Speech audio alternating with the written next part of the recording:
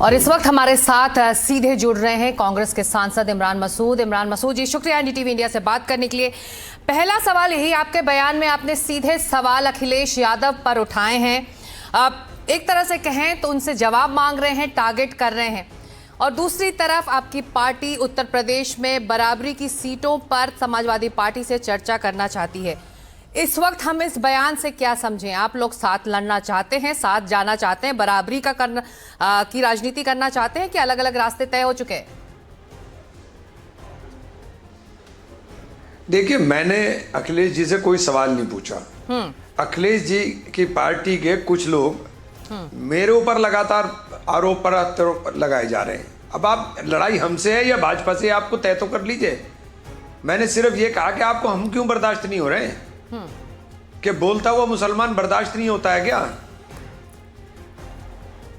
तो इमरान जी, आप ये बात कही मैंने, तो किसी अखिलेश जी से क्या सवाल करूं? जब आप ये कह रहे हैं, समाजवादी पार्टी पर सवाल उठा रहे हैं, समाजवादी पार्टी किसी भी मुस्लिम नेता को बर्दाश्त नहीं करती है, मस्जिद दरगाह पर चुप रहती है, तो आप ये कह रहे हैं कि समाजवादी पार्टी सिर्फ मुसलमानों को एक वोट बैंक मानती है, मुस्लिम नेताओं को मुस्लिम रिप्रेजेंटेशन को एक तरह से अपनी पार्टी में कहीं नहीं ठहरने देती? मैं जो बात मैंने कही है उस बात के मतलब आप खुद निकाल लीजिए। मैं तो साफ बात कही है, कोई इधर उधर के घुमा के बात मैंने कही नहीं। नहीं, क्या कही है आपने? बात क्लैरिफाई करिए, क्योंकि आपके पार्टी की तरफ से कुछ नहीं कहा जा रहा। आप इतने बड़े बड़े बयान दे रहे हैं जिसका समाजवादी पार्टी पलटवार कर रही है, कह रहे हैं कि आप रोपी राजभर की तरह हो गए हैं।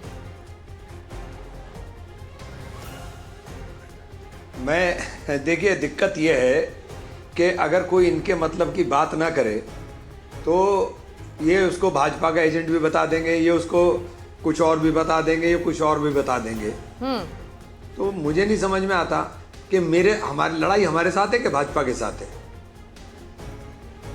यही तो सवाल है। राम मंदिर चढ़ावे को लेकर बहुत आक्रामक हैं अखिलेश यादव, बीजेपी को घेर रहे हैं। ऐसे में आपके बयान अब सामने आ जाते हैं, ऐसा लग रहा है आप लोग यानी कि कांग्रेस समाजवादी पार्टी को ही घेरना चाहती है। तो क्या मस्जिद तोड़ने पर नहीं सुनिए, मस्जिद तोड़ने पे आक्रामकता कहां चली जाती है? आप बताइए, मजार टूटने पर यह आक्रामकता क्यों नहीं होती है? यही तो बात कह रहा हूं मैं, और क्या बात कह दी मैंने? गलत क्या कहा इसमें?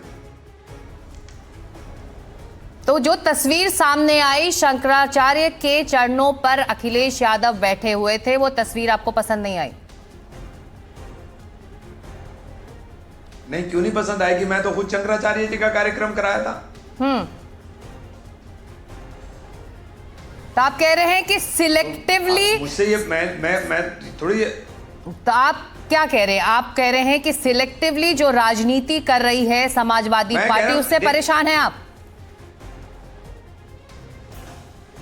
नहीं, मेरे ऊपर जो आरोप लगे थे, कल ये जो बयान मैंने दिया था, जो मेरे ऊपर कोई भी इनका चिंटू बैठ के कह देगा कि अरे गहरे नत्थू खैरे और हल्के लफ्जों का इस्तेमाल करेगा, तो जवाब सुनने के लिए तैयार रहें।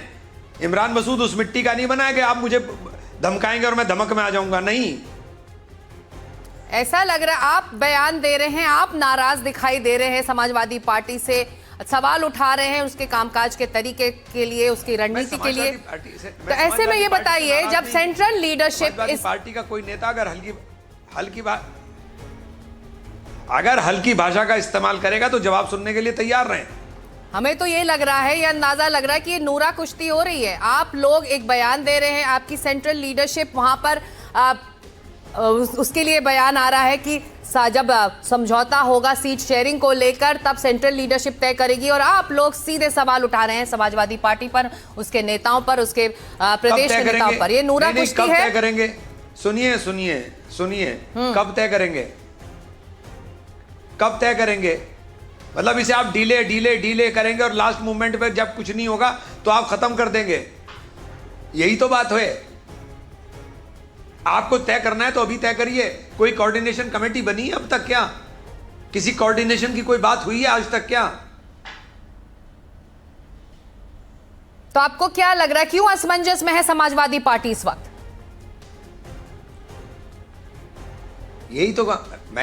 मैंने यही सवाल खड़ा कर दिया तो इसमें बुरा मान गए। अरे भाई, अगर आपको ईमानदारी के साथ भाजपा को हटाने के लिए लड़ना है तो आप तय कर लीजिए।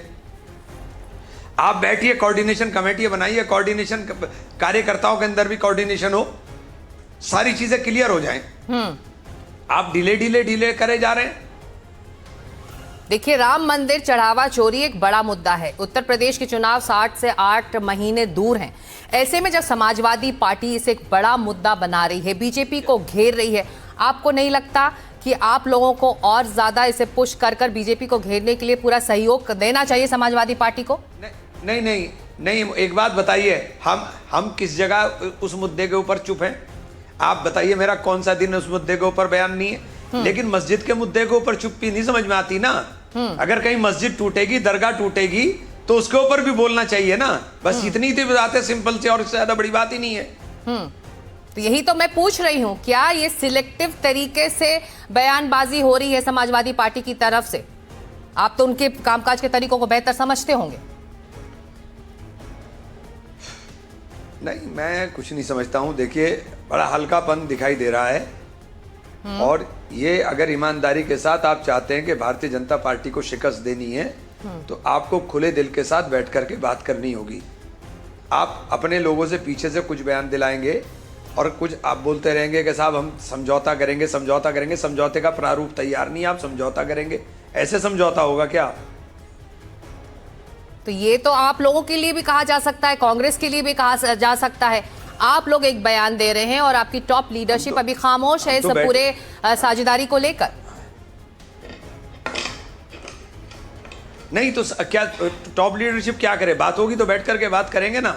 अभी तो बात ही नहीं करी आपने। तो यही तो मैं कह रही हूँ ना इमरान मसूद साहब, यही तो बोल दिया, इससे ज्यादा मैं बोलूंगा नहीं। एक नूरा कुश्ती हो रही है, यही तो सवाल है ना। यही तो जो विश्लेषक है वो कह रहे हैं कि नूरा कुश्ती हो रही है समाजवादी पार्टी और कांग्रेस के बीच में।